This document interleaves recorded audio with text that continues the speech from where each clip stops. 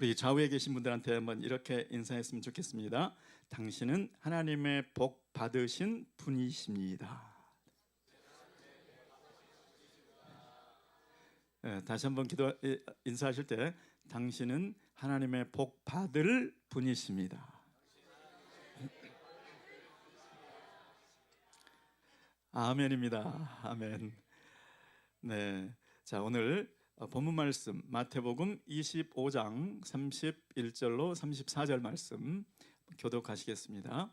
인자가 자기 영광으로 모든 천사와 함께 올 때 자기 영광의 보좌에 앉으리니 계속 모든 민족을 그 앞에 모으고 각각 구분하기를 목자가 양과 염소를 구분하는 것 같이 하여 양은 그 오른편에 염소는 왼편에 두리라. 그때 임금이 그 오른편에 있는 자들에게 이르시되 내 아버지께 복받을 자들이여 나와 창세로부터 너희를 위하여 예비된 나라를 상속받으라. 아멘. 아멘. 저는 오늘 내 아버지께 복받을 자들이여 라는 제목으로 은혜를 나누고자 합니다. 여러분에게 먼저 사랑에 빠진 한 남자가 사랑하는 여자친구에게 사랑의 마음을 가득 담은 연애편지 한 장을 제가 소개해 드리겠습니다. 제가 쓴 건 아니고요. 챗 GPT가 써준 겁니다. 자, 한번 들어보시기 바랍니다. 제가 공감이 됐기 때문에 소개해 드리는 겁니다. 사랑하는 모모에게 너와 처음 만났을 때 그 순간이 아직도 선명하게 기억나. 마치 시간도 멈춘 듯 내 마음이 빠르게 뛰었던 그 느낌. 그때부터 지금까지 나는 너를 생각하며 하루하루를 살아가고 있어. 너와 함께 있을 때마다 내 세상이 조금씩 더 따뜻해지고 너의 웃음이 내 하루의 가장 큰 기쁨이 되어 버렸어. 너와 함께하는 모든 순간이 특별하고 소중해. 너와 나눈 작은 대화도 함께 걷는 길도 아무렇지 않게 나눈 웃음소리도 모두 내게는 큰 행복이야.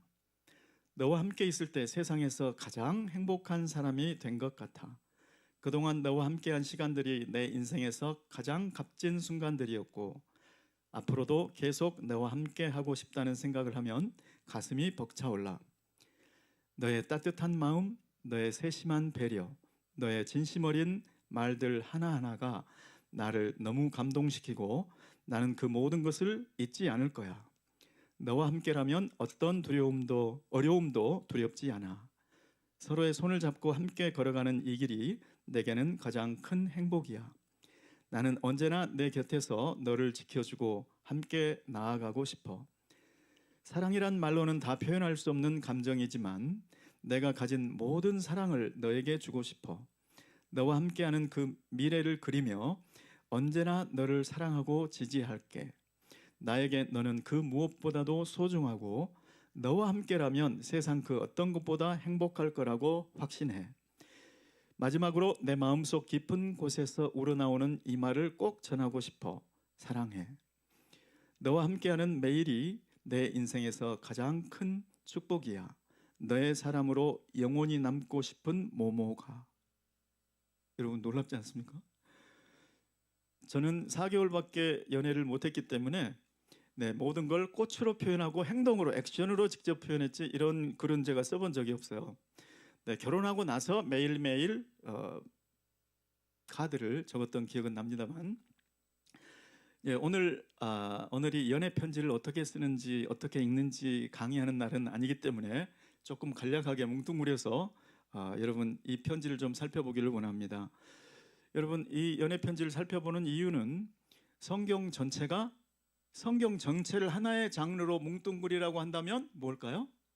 사랑의 편지니까. 하나님의 사랑의 편지를 잘 이해하려면 연애 편지의 형식을 잘 읽고 이해할 수 있으면 됩니다. 여러분 연애 편지 쓰기의 핵심이 무엇일까요? 마음을 전달하는 겁니다. 지식을 전달하는 것이 아닙니다. 설명문이 아니에요. 자, 그러면 그 마음을 전달하는 방법이 4가지가 있습니다. 혹시 아직 결혼하지 않으신 분들은 꼭 적으세요. 첫 번째로는 어떤 내용을 쓸 것인가? 셀렉션, 취사 선택. 아무리 쓰고 싶은 말이 많아도 연애 편지가 10장이 넘어가면 지루합니다. 꼭 물어보고 싶은 것도 있지만 참고 내 마음을 전달하기에 충분한 것을 선택해야 된다는 것이죠. 하나님의 성경도 그렇게 선택되어 있다는 것을 염두에 두시라, 이런 뜻입니다. 자, 두 번째로 어떤 순서로 배열할 것인가. 선택된 그 내용들을 배열한 순서에 의미가 있다는 것입니다. 아까 그 연애 편지에서는 어떻게 되어 있었죠? 내가 너를 처음 만난 순간으로 돌아가서 과거의 시점부터 해서 너에게 받은 그 사랑이 나를 오늘 어떻게 행복하게 만들고 있는지, 오늘의 사랑을 적고, 그리고 앞으로 너와 함께하는, 내가 어떤 마음으로 함께하고 싶은지 미래를 적고 있습니다. 배열의 순서가 있어요. 과거, 현재, 미래. 하나님의 성경 말씀도 그렇다는 것이죠. 마태복음 하나만 보더라도 각각의 기사들이 왜 거기에 배치되어 있는지 다 의미가 있다, 그런 뜻입니다. 세 번째로는 어떤 단어들을 사용할 것인가. 지금 적고 있는 분들은 앞으로 연애 편지에 활용을 하실 분들 같아요. 네, 어떤 워딩을 쓸 것인가, 어떤 단어를 선택할 것인가. 하나님의 성경 말씀은 단어 하나조차도 그냥 되는 대로 쓰여진 게 아니라는 거예요. 오늘 이 편지에 보면은 가만히 보시면 나, 너, 함께, 순간, 시간, 하루, 영원, 언제나, 이런 단어들이 아주 단어의 모양을 바꿔가면서 내용을 풍성하게 해주는 그런 단어들이 선택되고 있는 것을 볼 수 있습니다. 행복, 축복, 마음, 가슴, 이런 이야기들이 마음을 전달하기에 소중하게 의도되어서 선택된 단어들이라는 것이죠. 자, 네 번째로는 강조입니다. 강조. 연애 편지가 4페이지, 5페이지가 되면 내가 어느 부분을 강조해야 되지? 내가 강조하고 싶은 말을 내가 어떻게 표현해야지? 대표적인 방법 2가지가 반복과 분량. 내가 꼭 표현하고 싶은 그 내용을 반복, 초두에도 들어가 있고 중간중간에도 들어가 있고 마무리하는 데도 들어가 있고, 반복되고 있는 것이 무엇인지를, 그 단어를 보면 지금 이 사람이 무슨 얘기를 강조하고 싶구나. 그 다음에 내가 누구한테 마음을 전할 때도, 하나님이 그 성경을 나한테 보여주셨을 때에도 하나님이 지금 이 말씀하시는 거구나, 이거를 알 수가 있다는 것이죠. 나, 너, 함께가 얼마나 많이 반복되는지 몰라요. 함께하고 싶은 그 마음을 거기에 녹여서 내는 것이죠. 함께라면 함께가 또 얼마나 풍성하게 거기에 들어가 있는지 몰라요. 그게 마음을 표현하는 길이라는 것이죠. 너와 함께 걸었던 그 길조차도, 너의 따뜻한 미소도, 나눴던 대화도, 그러면서 나열이 쭉 되잖아요. 이게 분량이라는 거예요. 왜 엄마들은 자꾸 이런 얘기들이 이렇게 많아질까요? 그 분량만큼 내가 중요하니까 여기에 계신 자녀들 그걸 이해했어요. 우리 엄마 아빠는 왜 그렇게 나한테 하고 싶은 말씀이 길어질까? 왜냐하면 분량을 많이 해서 강조를 하려고. 그런데 효과는 있는지 없는지 모르지만. 자, 사랑하는 여러분, 연애 편지를 쓰는 법이 어디 있겠습니까? 그것은 사랑하다 보면, 사랑해서 잘하고 짜내다 보면 이렇게 된다는 뜻이죠. 자, 그런데 하나님은 그렇지 않습니다. 하나님은 기자를 통해서, 그 기자의 전 인격을 통해서 주도 면밀하게 그것을 이루어 가신다는 것이죠. 여러분, 사랑의 편지를 제대로 썼다면, 사랑의 편지가 제대로 읽혀졌다면 그 결과는 무엇일까요? 그 사랑의 편지를 쓴 사람의 마음이 나한테 이해가 돼야죠. 그 마음이 느껴져야죠. 그리고 나도 내가 저분이 저런 분인 줄 몰랐는데, 아니면 나도 그렇게 어느 정도는 느끼고 있었는데 이분이 정말 그렇네? 더 가까이 하고 싶은 마음이 들어야 그 연애 편지가 제대로 쓰였고 제대로 읽혀진 것이죠. 여러분, 그렇다면 이제 연애 편지의 기본을 알았으니까 오늘 본문을 읽을 준비가 된 것 같습니다. 왜냐하면 성경 모든 본문들은 다 하나님의 사랑의 편지니까. 자, 그러면 본문 말씀을 읽기 전에 마태복음 25장 31절로 34절은 마태복음이라는 큰 사랑의 편지 속에 끼어 있으니까 이 마태복음이라는 사랑의 편지가 어떤 편지인지를, 어떤 컨텍스트인지를 좀 알아야 이 부분을 제대로 이해할 수가 있을 겁니다. 여러분, 마태복음은 제자 훈련에 관한 사랑의 편지입니다. 마태복음이라는 그 사랑의 편지에 주님께서 가장 중심 주제로 담고자 했던 것이 무엇인가? 그것을 알려면 아까 강조의 용법에 뭐가 있다고요? 반복과 분량. 어떤 단어를 반복하고 있나? 어떤 내용을 많이 쓰셨나? 그것을 보면 알 수 있다는 것이죠. 여러분, 마태복음에는 제자라는 말이 약 90번 나옵니다. 90번. 그런데 신약 정체는 그럼 몇 번이나 있을까요? 제자가 약 350번. 그러니까 신약 전체에 걸쳐서 나온 제자라는 말에 4분의 1이 마태복음에 들어가 있는 거예요. 마태복음에 가장 많이 들어가 있어요. 다른 복음서, 서신서보다도 가장 많이 들어가 있어요. 그래서 마태복음을 제자 훈련의 지침서라는 별명을 붙이기도 했어요. 자, 마태복음에는 누가 언제 어디서 무엇을 어떻게 왜 제자 훈련을 했는지, 그리고 누가 제자로 부름받아서 언제 어디서 무엇을 어떻게 왜 제자 훈련을 받았는지가 쫙 풀려져 있어요. 먼저 누가 제자 훈련을 시키셨나? 그게 1장, 2장에 쫙 흘러 나와요. 거기에 나오신 분이 누구십니까? 그분은 바로 구약 성경에서 예언되었던 다윗의 후손 아브라함의 후손으로 육신을 입고 동정녀 처녀를 통해서 나오실, 육신을 입고 오실 하나님 예수, 메시아다, 그리스도다, 그리고 그분의 이름이 예수다 하는 것이 1장, 2장에 쭉 나옵니다. 그리고 언제 제자 훈련을 하셨는가? 공생의 전체. 어디서? 삶의 현장에서. 어떻게? 시범과 모본을 통해서. 여러분, 예수님께서 제자 훈련의 시범을 어떻게, 모본을 어떻게 보이셨는지를 알려면 마태복음 예수님께서 세례 요한에게 세례 받으시는 장면부터 생각하시면 됩니다. 우리가 아는 대로 마태복음 28장 20절에 제자 훈련을 리프로덕션, 제자 훈련을 반복하는 그 방법을 거기다가 탁 심어 놓으셨는데, 아시듯이 그러므로 너희는 가서 모든 족속으로 제자를 삼아 아버지와 아들과 성령의 이름으로 세례를 주고. 자, 그러면 이 세례를 주고를 예수님께서 직접 세례를 받는 것부터, 세례를 주는 것부터가 아니고 너희도 세례 받아야 돼. 내가 먼저 받는다. 그래서 육신을 입으셨지만 예수님은 하나님이시잖아요. 그런데 그 하나님이신 예수님이 누구에게 세례를 받죠? 세례 요한에게, 인간에게. 세례 요한은 그 세례 받으러 지금 나오시는 분이 누구인지를 알았잖아요. 그러니까 안 돼. 내가 예수님께 세례를 받아야지. 어떻게 예수님이 저한테 세례를 받으십니까? 안 될 일입니다. 근데 예수님 뭐라고 그러시죠? 우리가 이같이 하여 하나님의 의를 이루는 것이 마땅하니라. 하나님의 뜻, 하나님이 옳다고 하시는 그것을 비록 내가 하나님이고 너는 피조물 인간이지만 그것을 이렇게 하는 것이 하나님의 뜻이고 하나님의 원하십니다. 그러니 내가 세례를 받겠다.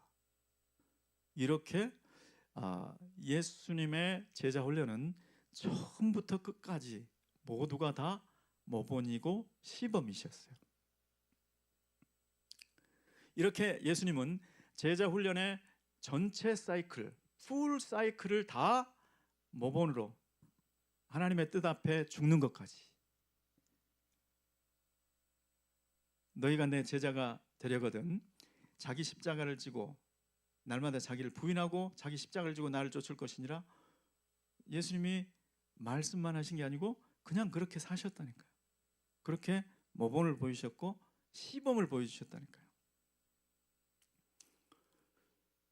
자, 예수님은 이렇게 제자 훈련을 직접 하셨고 또 그 제자 훈련이 무한 반복되기를 원하셔서 명령을 하셨죠. 그게 마태복음 28장까지의 스토리죠. 자, 그러면 오늘 본문 말씀은 제자 훈련의 이 풀 스토리 가운데 어떤 부분일까? 주님의 제자 훈련에 어디에 위치하고 있을까? 자, 아시는 것처럼 여기가 25장이고 26장에 넘어가면 바로 뭐가 나오냐면 예수님의 죽음을 준비하느라고 향유 옥합을 깨서 예수님께 붓는 사건이 나옵니다. 그리고 같은 26장에 예수님이 체포되세요. 그러니까 지금 25장의 이 말씀은 내가 이제 잠시 후면 더 이상 너희들에게 말하지 못할 거야. 그런데 이것이 오늘 이 교훈이 마지막 교훈이다. 내가 너희들에게 죽기 전에 할 수 있는 마지막 교훈이다. 그러니 죽기 전에 하는 말이니까 잘 들어라. 내가 이때 이 이야기를 하는 이유가 있다. 아까 연애편지에서 생각나세요, 여러분? 오더. 왜 그때 이 말을 하고 있는지 이런 데 다 뜻이 있다는 거예요. 이거를 소중히 간직해라. 이거를 잊으면 안 돼. 지금까지 제자 훈련 잘 따라왔지 너희들. 그런데 너무 중요하기 때문에 내가 지금 말한다.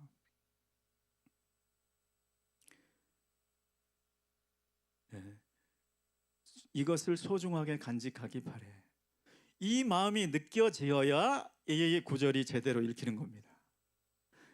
25장 31절 34절 이후에 이 이야기는 예수님이 지금 이때에 이 말씀을 하시는 그 마음이 전달이 되어야 그 사랑의 편지를 제대로 읽을 수가 있고 제대로 이해할 수가 있고 제대로 반응이 나올 수 있다, 이런 말씀입니다. 자, 이제 여러분들 눈빛을 보니까 읽으실 준비가 된 것 같아요. 자, 그러면 우리 31절부터 4절까지 다시 한번 읽어볼까요? 시작. 인자가 자기 영광으로 모든 천사와 함께 올 때에 자기 영광의 보좌에 앉으리니 모든 민족을 그 앞에 모으고 각각 구분하기를 목자가 양과 염소를 구분하는 것 같이 하여 양은 그 오른편에 염소는 왼편에 두리라. 그때 임금이 그 오른편에 있는 자들에게 이르시되 내 아버지께 복받을 자들이여 나와 창세로부터 너희를 위하여 예비된 나라를 상속받으라. 아멘. 예수님께서 지금까지 너희들에게 내가 제자 훈련을 시켜왔다. 그런데 아까 누가 얘기 훈련자 예수님 언제 같이 지금까지 어디서 삶의 현장에서 무엇을 말씀과 행동을 어떻게 주님을 따라가는지 자신의 뜻을 부인하고 십자가의 길을 가는지 왜가 설명이 안 됐잖아요. 왜? 내가 이거 너희들 왜 이거 시키고 있는지 아니? 왜? 그런데 왜라는 말씀은 안 하시지만 오늘 이 말씀이 왜인 거예요. 예수님께서 지금까지 마태복음 5장에서는 산상수훈을 말씀하셨죠. 그 다음에 마태복음 22장에는 율법사의 질문에 대답하느라고 크고 첫째 되는 계명이 무엇인지를 말씀을 해주셨어요. 크고 첫째 되는 계명, 주 너의 하나님을 마음을 다하고 목숨을 다하고 뜻을 다하여 주 너의 하나님을 사랑하라 하셨으니 이것이 크고 첫째 되는 계명이요 또 둘째는 그와 같으니 내 이웃을 내 몸과 같이 사랑하라. 제자 훈련의 핵심 메시지는 이게 가장 크고 중요한 거니까 제자 훈련의 핵심 메시지는 이거야. 지금 이 말씀을 하시는 거죠. 그런데 그 왜가 설명이 안 됐잖아요. 그런데 오늘 이 말씀을 통해서 예수님께서 마지막 순간에 마지막 날에 다시 인자가 올 때 이거는 이제 재림을 말씀하시는 것이죠. 재림 때에 선한 자는 생명의 부활로 악한 자는 심판의 부활로 요한복음 5장에 말씀하신 것처럼 모두가 다 부활을 해서 주님 앞에 모든 민족을 다 모았다는 것입니다. 모든 사람이 주님 앞에 지금 다 있는 거예요. 그리고 주님은 영광의 보좌에 앉으셨고 그때부터 다 모여 있는 사람들을 쫙 나누셨는데 내가 움직이고 싶다고, 내가 왼편 가고 싶다고, 오른편 가고 싶다고 가는 게 아니고 주님이 한번 쫙 보시니까 그냥 쫙 나누어 버린 거죠. 그래서 오른편에 있는 자들에게 오늘 하신 말씀이 내 아버지께 복 받을 자들이여 너희를 위하여 예비한 영영한 복에 하늘 아버지의 나라를 상속받으라, 이런 축복을 주십니다. 그런데 오늘 이 이야기를 통해서 왜를 한번 잘 이해를 해보시면 좋겠어요. 그런데 왜 오른편에 있는 자들에게 오른편에 있는 이유를 설명하듯이 이어서 말씀을 하십니다. 너희는 내가 줄일 때 먹을 것을 주었고, 내가 목마를 때 마시우게 하였고, 내가 헐벗었을 때 입을 옷을 주었고, 내가 나그네 되었을 때 영접했고, 내가 병들었을 때 나를 돌아보았고, 내가 옥에 갇혔을 때 와서 보았느니라. 오른쪽에 있던 그 많은 사람들이 한 이구동성으로 우리가 언제 주님을, 우리가 언제요? 우리가 언제 주님을요? 그때 주님께서 하시는 대답이 너희가 여기 내 형제 중에 지극히 작은 자 하나에게 한 것이 나에게 한 것이다, 이렇게 말씀하셨습니다. 예수님은 구원 얻는 우리들을 향해서 형제라고 하셨어요. 형제. 예수님은 첫 열매가 되셨고 부활의 첫 열매, 우리는 이어서 하나님의 곳간에 추수되는 거니까 우리 큰형님이시라는 거예요. 자기 스스로, 제가 한 말이 아니고 예수님이 본인을 우리에게 형님처럼, 큰형님으로 말씀을 하셨어요. 어쨌든 예수님께서 하신 지금 그 말씀은 저 목마른 사람, 굶주린 사람, 헐벗은 사람, 나그네 된 사람, 병든 사람, 옥에 갇힌 사람이 야 불쌍하다 야 이런 심퍼티, 동정하는 수준이 아니고 야 내가 당한 것 같다 야 엠퍼티 정도도 아니고 그 형제들과 동일시하였다는 거예요. 내가 내 안에서 지금 굶주림을 당하고 있고, 내가 너와 함께 아프고, 내가 너와 함께 목마르고, 내가 너와 함께 유리한다, 내가 너와 함께 갇혔다. 지금 주님이 그렇게 보신다는 거예요. 그런데 너희가 그 형제 중에 작은 자 하나, 누구도 돌아보지 않을 것 같은 그 사람을 네가 돌아봐주고 돌봐준 그것이 나한테 한 것이다. 진짜 나한테 한 것이다. 나한테 한다고 치자가 아니고 그것이 나한테 한 것이다 라고 말씀하시는 거예요. 왼편에 있는 자들에게도 너희는 마귀와 그 사자들을 위하여 예비된 영영한 불에 들어가라. 너희는 내가 굶주렸을 때 먹을 것을 주지 않았고, 내가 목마를 때 마시게 하지 않았고, 내가 헐벗었을 때 입히지 않았고, 내가 나그네 되었을 때 영접하지 않았고, 내가 병들었을 때, 내가 갇혔을 때 돌아보지 않았다. 그러니까 왼편에 있는 사람들도 똑같이 반응을 하죠. 우리가 언제 주님인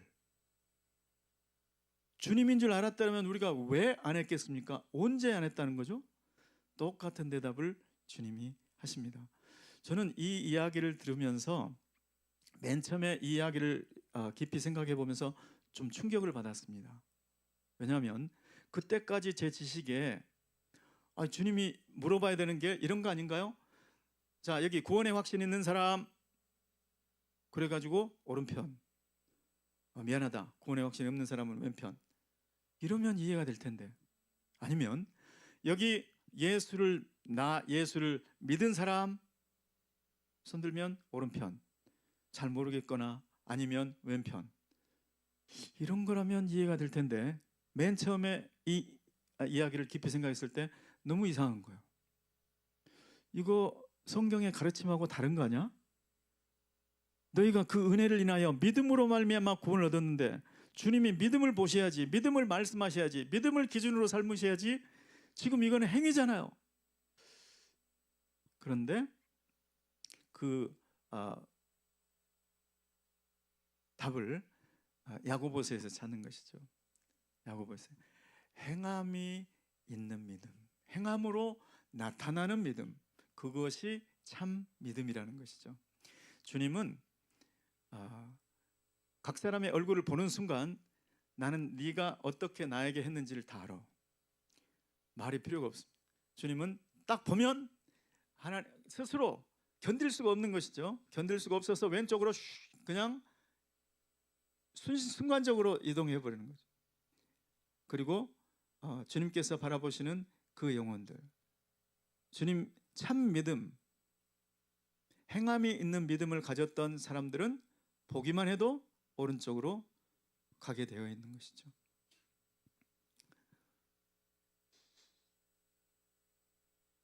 저는 오늘 이 말씀을 왜 드리는가?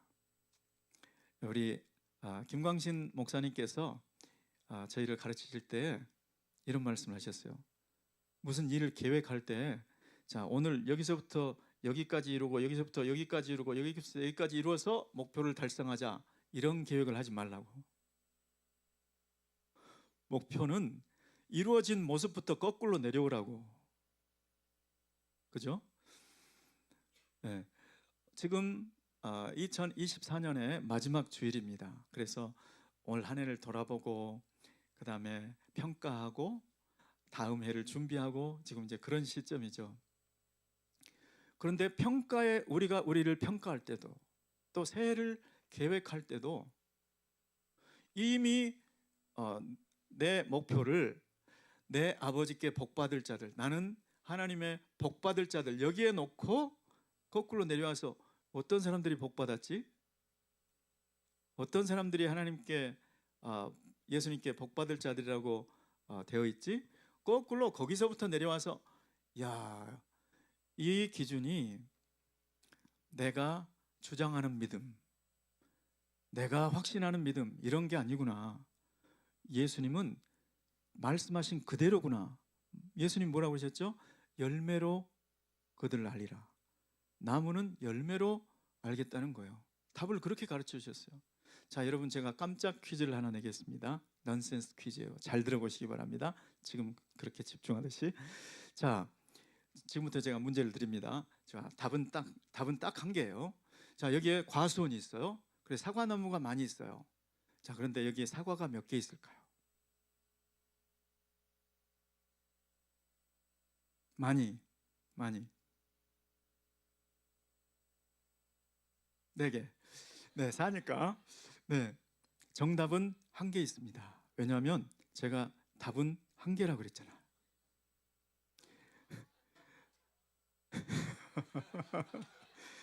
그런데 여러분 이 이야기를 듣고 웃으시는데요. 지금 예수님은 정답을 말씀하셨다니까요. 예수님이 지금 진짜로 예수님 다시 오실 때 우리가 그 자리에 있을 거예요. 근데 갑자기 성경에서 읽었던 거하고 살짝 야, 그때 너희가 다 문제 노출됐으니까 기준을 바꾼다. 이런 게 없다니까요.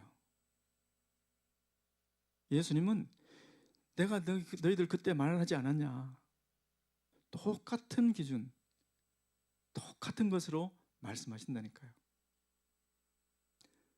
여러분, 우리의 신앙생활은 어디에서 출발하나요?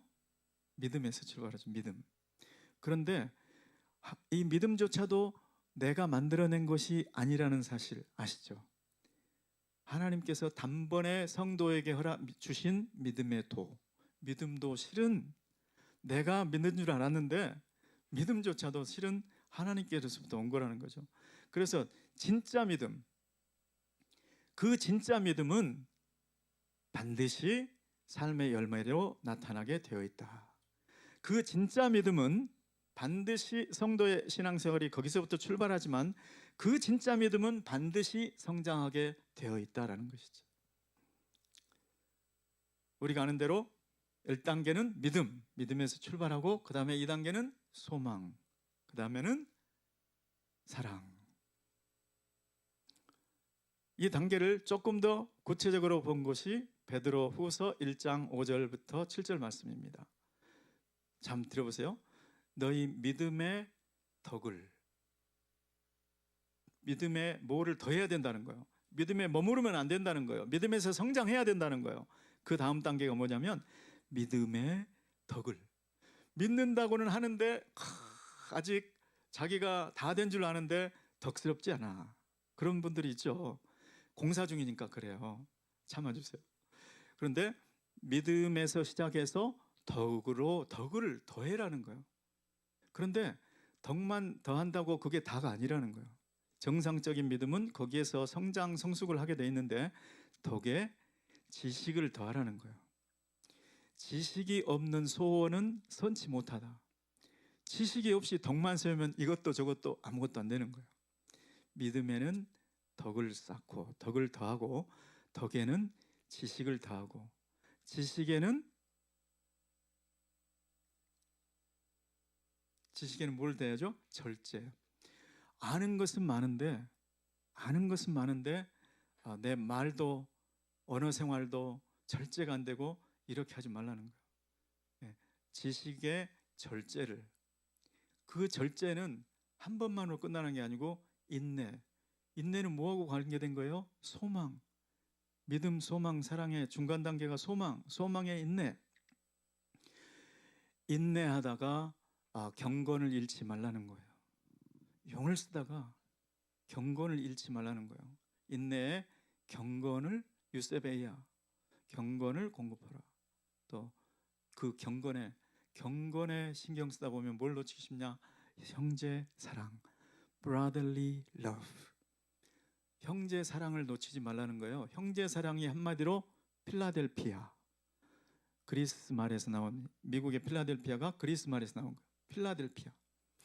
형제 사랑의 마지막 단계가 아가페 사랑. 믿음은 이렇게 성장하게 있는 게 이게 정상이라는 거예요. 그러니까 그 모습에 안주하지 말라는 거예요. 내가 2024년도에 믿음의 덕의 지식의 절제를 여기까지 잘 된 것 같아. 이제 됐어가 아니라는 거예요. 여기까지 성장을 하라는 거예요. 근데 주님께서 오늘 여기에 말씀하신 것은 여기 있는 내 형제 중에 지극히 작은 자 하나에게 한 것, 하지 않은 것. 예수의 이름으로 일컫는 자, 예수를 믿는다고 하는 사람, 한 사람에게 한 것, 안 한 것으로 나누시잖아요. 그러니까 주님께서는 오늘 제자 훈련 가운데 있는 우리 이 제자들, 이제 죽음을 앞두고 이제 십자가의 길을 걸어가야 되는 그 상황 속에서 제자들에게 이거를 말씀하시는 거예요. 22장에서 사랑을 이야기했지. 제자 훈련의 핵심은 사랑이야. 사랑. 여러분, 마태복음 7장에는 제자 훈련과 관련해서 불법을 행하는 자 이야기가 나옵니다.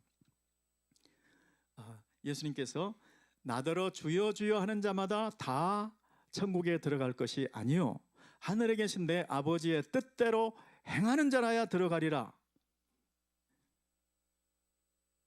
그날에 많은 사람이 내게 와서 주여 주여, 예수님을 주님이라고 불러요. 주여 주여. 우리가 주의 이름으로 귀신을 쫓아내며 주의 이름으로 선지자 노릇하며 예수의 이름으로 목사 노릇을 했다 할지라도 예수의 이름으로 선지자 노릇하며 주의 이름으로 귀신을 쫓아내며 많은 기사를 행치 아니하였나이까. 그때 내가 밝히 말하리니 내가 너희를 도무지 모른다. 불법을 행하는 자들아 내게서 떠나가라 라고 말씀하실 거라고 하셨어요. 여러분, 주의 이름으로 선지자 노릇, 그리고 알려지고 더군다나 주의 이름으로 기사를 행했다, 이적을 행했다, 귀신도 쫓아냈다, 많은 기적 같은 일들, miraculous works 이렇게 나와 있어요. 그거 주님 앞에 내밀어도 아무 소용없다는 거예요. 주님은 열매를 보시지 기적, works, 너의 사역, 그거 안 보시겠다는 거예요. 너의 타이틀도 안 봐, 너의 사역도 안 봐. 나는 열매만 볼 거야. 정답을 가르쳐 주셨다니까요.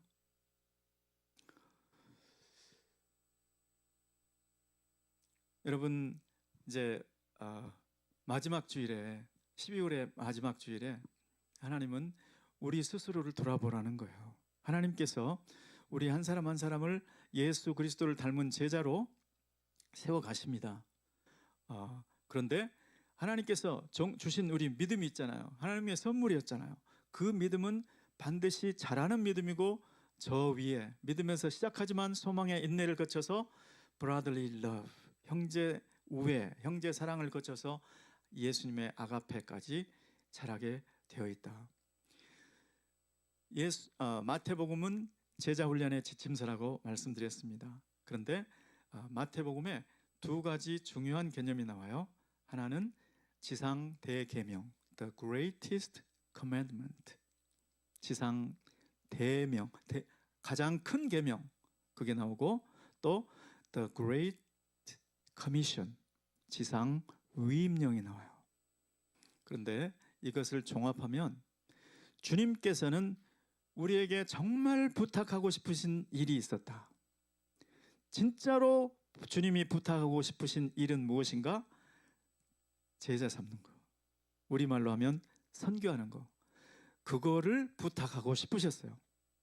그런데 그 부탁을 하기 위해서 가장 강조했던 건, 가장 큰 계명을 주셨던 것은 사랑이라는 거예요.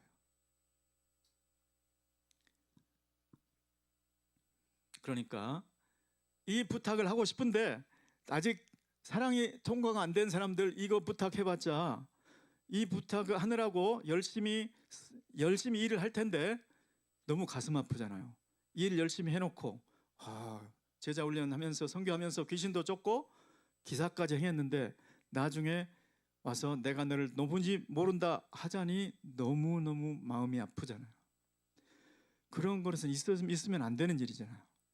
그러니까 주님께서 이 사랑의 메시지, 내가 마지막에 지금 이거 볼 거라니까, 이렇게 그 기준을 마태복음 26장에 체포되기 전 25장에서 그거를 소중하게 간직하라고, 그것을 기억하라고 그 말씀 주시는 줄 믿습니다.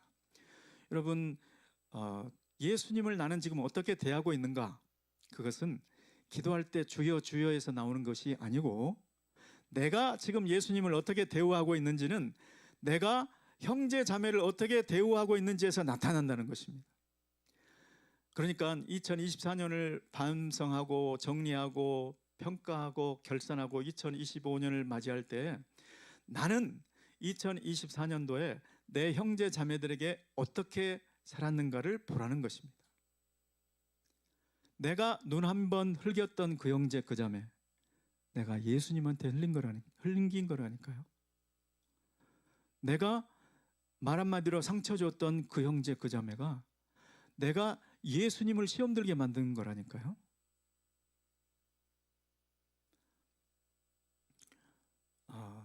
주님 앞에 오늘 이런 마음으로 나갔으면 좋겠습니다. 나는 주님께서 주신 많은 양식들, 많은 돈들, 많은 시간들, 건강들을 가지고 주님의 형제라고 말하는 그 약한 자들을 위해서 나는 어떻게 살아왔는가? 지금 시대가 개인주의 시대다 보니까요, 자기의 약한 것을 드러내는 거, 알리는 것을 힘들어해요. 그리고 자기 일은 자기가 해야지 저거를 왜 우리한테 얘기하나. 요즘 시대가 그런 시대예요. 그런데 주님은 시대와 동서고금을 막론하고 전 인류를 다 이 말씀으로 판단하실 거라니까요. 그럼 내가 어떻게, 말도 안 하는데 우리 형제 어려운 걸 내가 어떻게 알겠습니까? 여러분, 저 산에 가서 산딸기를 따다 보면요, 사람들이 다 따고 없을 것 같은데 이파리를 들어보면 열매가 남아있는 거 있잖아요. 산딸기를 좋아하는 사람, 그 사람을 사랑하는 사람, 그 사람을 위해서 기도하면 그 사람한테는 보여진다는 거예요. 그분의 아픔이 무엇인지, 저분의 상처가 무엇인지, 저분의 형편이 어떤 형편이 있는지 거기에 민감해진다는 거예요. 저분이 왜 오늘 옷이 왜 저렇지? 민감하게 반응이 된다는 거예요. 옷이 계속 같은 옷이네? 민감해진다는 거예요. 그래서 기도하다 보니까 소식을 들었더니 그분이 지금 어렵다는 거예요. 그럴 때 그분을 찾아가고 그분을 돕는 것은 주님께서 보시기에 열매로 보시고 그것이 행함이 따르는 믿음이다, 이렇게 보신다는 거예요. 저와 여러분, 주님 앞에 마태복음을 읽으실 때마다 마태복음은 그래 제자 삼기였지, 제자 삼기의 핵심은 사랑이었지, 주님께서 그것 가장 중요한 것을 25장에서 말씀하셨지, 그것은 열매이지. 주님은 나의 열매만 보신다. 나의 works, 일은 보시지 않는다. 왜 일을 보시지 않을까요? 일은 전부 주님이 하신 것입니다. 그래서 우리 주님이 하셨다고 얘기하잖아요. 선교도 내가 가서 에이전트가 되었지, 그 영혼이 주님께로 돌아온 것은 전부 주님이 하신 것입니다. 그래서 죽은 순교자들 에게 영광의 면류관 주시고 의의 면류관 주시고 생명의 면류관 주시잖아요. 그것을 쓸 때는 기쁘게 받잖아요. 그렇지만 천국에 가니까 전부 그걸 다시 누구한테 돌려드리죠? 이것은 다 하나님이 받으셔야 됐네. 하나님 보좌 앞에 다 하나님이 받으세요. 일은 사람이 한 거 아닙니다. 일은 내가 한 거 아닙니다. 선교도 전도도 모두 내가 한 거 아닙니다. 나는 그냥 그릇으로 쓰임 받았을 뿐입니다. 다 주님이 하셨습니다. 그래서 주님은 일 보시지 않습니다. 볼 필요도 없어요. 주님은 다 본인이 하신 걸 다 아는데 왜 보시겠습니까? 주님은 열매를 보십니다. 우리의 목표는 어디서부터? 내 아버지께 복받을 자들이요, 나는 거기서부터 시작해서 내 삶의 모습을 거꾸로 추적해서 내 모습을 점검하고 내 2025년도를 계획하시는 저와 여러분 되시기를 예수 그리스도의 이름으로 축원합니다. 기도하겠습니다. 고마우신 주님, 주님께서 오늘 재림시에 어떤 기준으로 주님의 알곡과 주님 그렇지 않은 사람들을 나누는지를 보여주셨습니다. 하나님, 우리의 열매로, 사랑의 열매로 주님 앞에 드리기를 원합니다. 하나님, 우리는 부족하고 연약하지만 주님, 오직 믿음에서 시작해서 믿음에서 믿음으로 나아가기를 원합니다. 주님, 우리의 믿음이 성장하게 도와주시고 그 믿음이 소망이 되고 소망이 사랑이 될 수 있도록 주님 우리를 붙잡아 주시옵소서. 주님께서 주시는 믿음을 붙잡고 나아가오니 주님 우리를 붙잡으시고 인도하여 주시옵시고 성장하고 성숙하게 도와 주시옵소서. 예수 그리스도의 이름으로 기도드리옵나이다. 아멘.